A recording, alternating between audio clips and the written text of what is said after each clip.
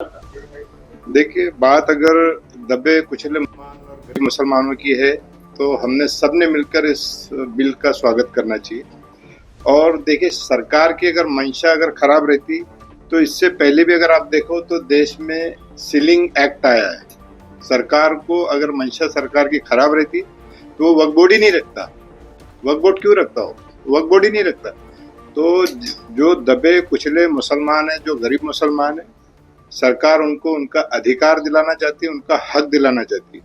अगर बात हम पिछले समय की करें, पिछले सरकारों की करें, तो मुसलमानों को उनका हक कभी मिला नहीं, उनका अधिकार कभी नहीं मिला। मैं ये सरकार से एक रिक्वेस्ट करना चाहूँगा, अपील करना चाहूँगा कि जितने भी देश के जो गरीब मुसलमान हैं, उनको उनका अधिकार दे। उनको एक छोटे-छोटे जो वक्फ बोर्ड की बहुत सारी जो लैंड है, उसमें से कुछ हिस्सा वो उन गरीब मुसलमानों को देते जो उनके वो हकदार है। सर, एसआरए स्ट्रीम जैसी है, तो आपने इसके पहले भी कहा था कि वक्फ बोर्ड की जो जमीनें हैं उस पे बिल्डिंग एसआरए के तर्ज पर बना के छोटे-छोटे फ्लैट्स या जो बैठते हैं वो वक्फ बोर्ड ने ऐसी स्कीमें लानी चाहिए। डेफिनेटली वैसी स्कीमें लाना चाहिए। देखिए, सरकार को मुसलमानों को अलग से कुछ देने की जरूरत नहीं। वक्फ बोर्ड की ही इतनी लैंड है, अगर वही उनको दे दी जाए, जो उनके साथ पिछले सरकारों ने नाइंसाफी की है, वही अगर उनके लिए उनको दे दी जाए, तो उन गरीब मुसलमानों को एक उनका अधिकार मिलेगा और उनका हक मिलेगा, जो पिछले जो सरकारें थी जिन्होंने ये काम नहीं किया। ये ऐसा जमीन आहे ती सरकार ताब्यात घेऊन कुठेतरी आता उद्योगपतींना जे ते स्वाधीन करण्यासाठी ताब्यात घेतलं असा आरोप जे संजय राऊत नहीं, देखिए कैसा है कि आरोप प्रत्यारोप, अभी इससे पहले अगर आप देखें तो 370 हटने के पहले कश्मीर के मुसलमानों पर बहुत सारे आरोप लगे थे। इन्हें बहुत सारे आरोप सरकार पर लगे थे कि कश्मीर में भी कुछ सरकार जो है खराब करने जा रही। तो आज वहाँ की स्थिति देखिए, आज वहाँ के मुसलमानों से बात कीजिए कि उनको उनका अधिकार मिला, उनका हक मिला, और आज जो कश्मीर जो है वो इतना डेवलप हो रहा। तो वैसी इसी तर्ज पे ये वक्फ बोर्ड है। वक्फ बोर्ड में अगर मुसलमानों को उनका अधिकार मिलेगा, तो आज वो मुसलमान जो गरीब है, पिछड़ा है, तबका है, वो खुद का घर वाला हो जाएगा, खुद की जमीन वाला हो जाएगा। जितने भी जो लोग वक्फ बोर्ड में बैठे थे, उन्होंने चाहे किसी भी सरकार में ले लो, उन्होंने मुसलमानों को फायदा दिया नहीं। अगर फायदा देते तो आज सरकार को ये करने की जरूरत नहीं होती। पिछली भी सरकारों में, ये भी सरकारों में जितने भी मुस्लिम बैठे, उन्होंने कभी भी मुसलमानों को इस वक्फ बोर्ड का फायदा दिया नहीं। अगर आप देखें, मैं महाराष्ट्र से हूँ, तो महाराष्ट्र में ऐसी कई मेरे पास कंप्लेंट है कि वक्फ बोर्ड में आज उनके काम नहीं होते। कई सालों से उनकी मस्जिदों के रजिस्ट्रेशन नहीं होते, मदरसों के रजिस्ट्रेशन नहीं होते। जो ज़मीनें हैं, वो ज़मीनों पर उनको कुछ करने के लिए कुछ भी नहीं मिलता है। तो ये सरकार एकदम सही करने जा रही मेरे हिसाब से, क्योंकि किसी न किसी पर सरकार का वॉच चाहिए कि भाई आप कर क्या रहे हो। ये वक्फ बोर्ड मुसलमानों के लिए है, ये खुद पर्सनल जो बड़े पैसे वाले मुस्लिम है उनके लिए नहीं है, ये उन गरीब मुसलमानों के लिए जो सरकार ने इसका गठन किया था। ये कुछ लोग ऐसे भी कह रहे हैं कि ये मुसलमानों के धार्मिक मामलों में हस्तक्षेप है और एक तरीके से बुलडोज किया जा रहा है मुसलमानों को। नहीं, देखिए ऐसा नहीं है। जो इससे पहले जो मुसलमानों के साथ हुआ वो काफ़ी दयनीय था। अभी आज मुसलमान देखिए तो भारत में विकसित भारत के साथ खुद मुसलमान भी विकसित हो रहा है। तो ऐसा नहीं, पहले का अगर आप 2014-15 के पहले या उससे पहले अगर आप देखें तो कितने परसेंट मुस्लिम टैक्स भरता था, और आज कितने परसेंट टैक्स भरने वाला मुस्लिम हुआ। तो मुस्लिम सक्षम हुआ है, ऐसा नहीं है।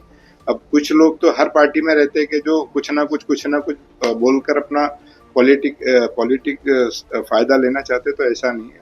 मुस्लिम अगर आप कश्मीर से कन्याकुमारी तक देखो तो सक्षम हुआ है। अगर आज मैं कश्मीर के मुस्लिमों की बात करूँ तो मैं वहाँ तो जाता भी हूँ, वहाँ मेरा बिजनेस भी है। तो मुस्लिम जो है वहाँ पे एकदम सक्षम हुआ है।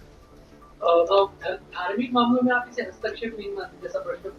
नहीं, धार्मिक मामले में इसका हस्तक्षेप इसलिए नहीं है क्योंकि क्या है, हर किसी के धर्म का काम करने का तरीका अलग अलग होता है। तो इसमें धार्मिक का ऐसा कोई हस्तक्षेप नहीं है, उसमें कोई, मुझे नहीं लगता कि ऐसा कुछ है। ये बिल मंजूर हुआ तो दिल्ली में एक बड़ा आंदोलन शाहीन बाग की तर्ज पर खड़ा होगा, ऐसी धमकियां भी कई लोग दे रहे हैं। मैं उनसे बोलना चाहता हूं कि ये आंदोलन जब मुसलमानों के साथ पिछली सरकारें या ये सरकारें भी, जो मुस्लिम लोग वक्फ बोर्ड में बैठे थे, उनके खिलाफ क्यों नहीं किया गया?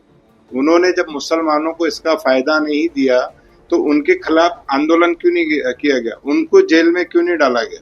उनके खिलाफ आवाज उठाई क्यों नहीं गई? क्योंकि वो मुसलमान थे। यानी मुस्लिम व्यक्ति उस बोर्ड पर बैठकर कुछ भी गलत काम कर रहे हैं तो आप उसको करने के लिए कैसा एक्सेप्ट कर सकते हैं। वक्फ बोर्ड में देखिए, मैं बताता हूँ आपको, बहुत सारी सरकारों ने हमारे मुस्लिम मिनिस्टर भी दिए, चाहे इस सरकार हो या चाहे पिछली सरकार हो, लेकिन उन्होंने खुद का ही भला चाहा, उन्होंने मुसलमानों के लिए कुछ नहीं किया, खुद के स्वार्थ के लिए। आज इसलिए सरकार को करना पड़ रहा है, नहीं तो हर समाज का प्रतिनिधि आता है, आप किसी भी समाज से पकड़े, वो प्रतिनिधि अपने समाज के लिए कुछ ना कुछ करता है। लेकिन मुस्लिम समाज में ही ऐसा हुआ कि मुस्लिम समाज का प्रतिनिधि आया, उसने मुस्लिम समाज के लिए कुछ नहीं किया। अगर वक्फ बोर्ड आज का नहीं है, वक्फ बोर्ड आप देखो तो 96 के आसपास से है, लेकिन वो 96 से लेकर आज तक उस वक्फ बोर्ड का गरीब मुसलमानों को कोई भी फायदा नहीं हुआ। जो पैसे वाले मुसलमान थे उन्होंने अपना रुतबा दिखा के, रौब दिखा के, यानी रिलेशन दिखा के उस जमीनों का गलत फायदा उठाया। अब जो सरकार है वो गरीब मुसलमानों को, पिछड़े कुचले दबे मुसलमानों को न्याय देने का काम कर रही। तो मेरा ये मानना है कि डेफिनेटली इसका स्वागत हमने करना चाहिए और सरकार के साथ रह के मुसलमानों को कैसा बड़ा बनाया जा सकता है उस पर हमने बातचीत करनी चाहिए।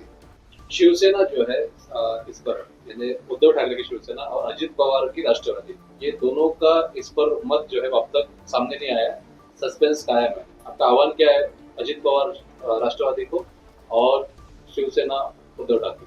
देखिए, ये एक मुसलमानों के हित में मेरे हिसाब से एक बड़ा कदम है, उसमें आपने देखना चाहिए, सोचना चाहिए, और मुसलमानों के हित में यदि है तो डेफिनेटली उसका स्वागत करना चाहिए। सरकार चाहे कोई भी रहे, अगर वो किसी के अच्छे के लिए काम करना चाहती है तो उसका हम सबको मिलकर, चाहे विरोधी रहे या पास वाला रहे, सबको मिलकर उसका सपोर्ट करना चाहिए।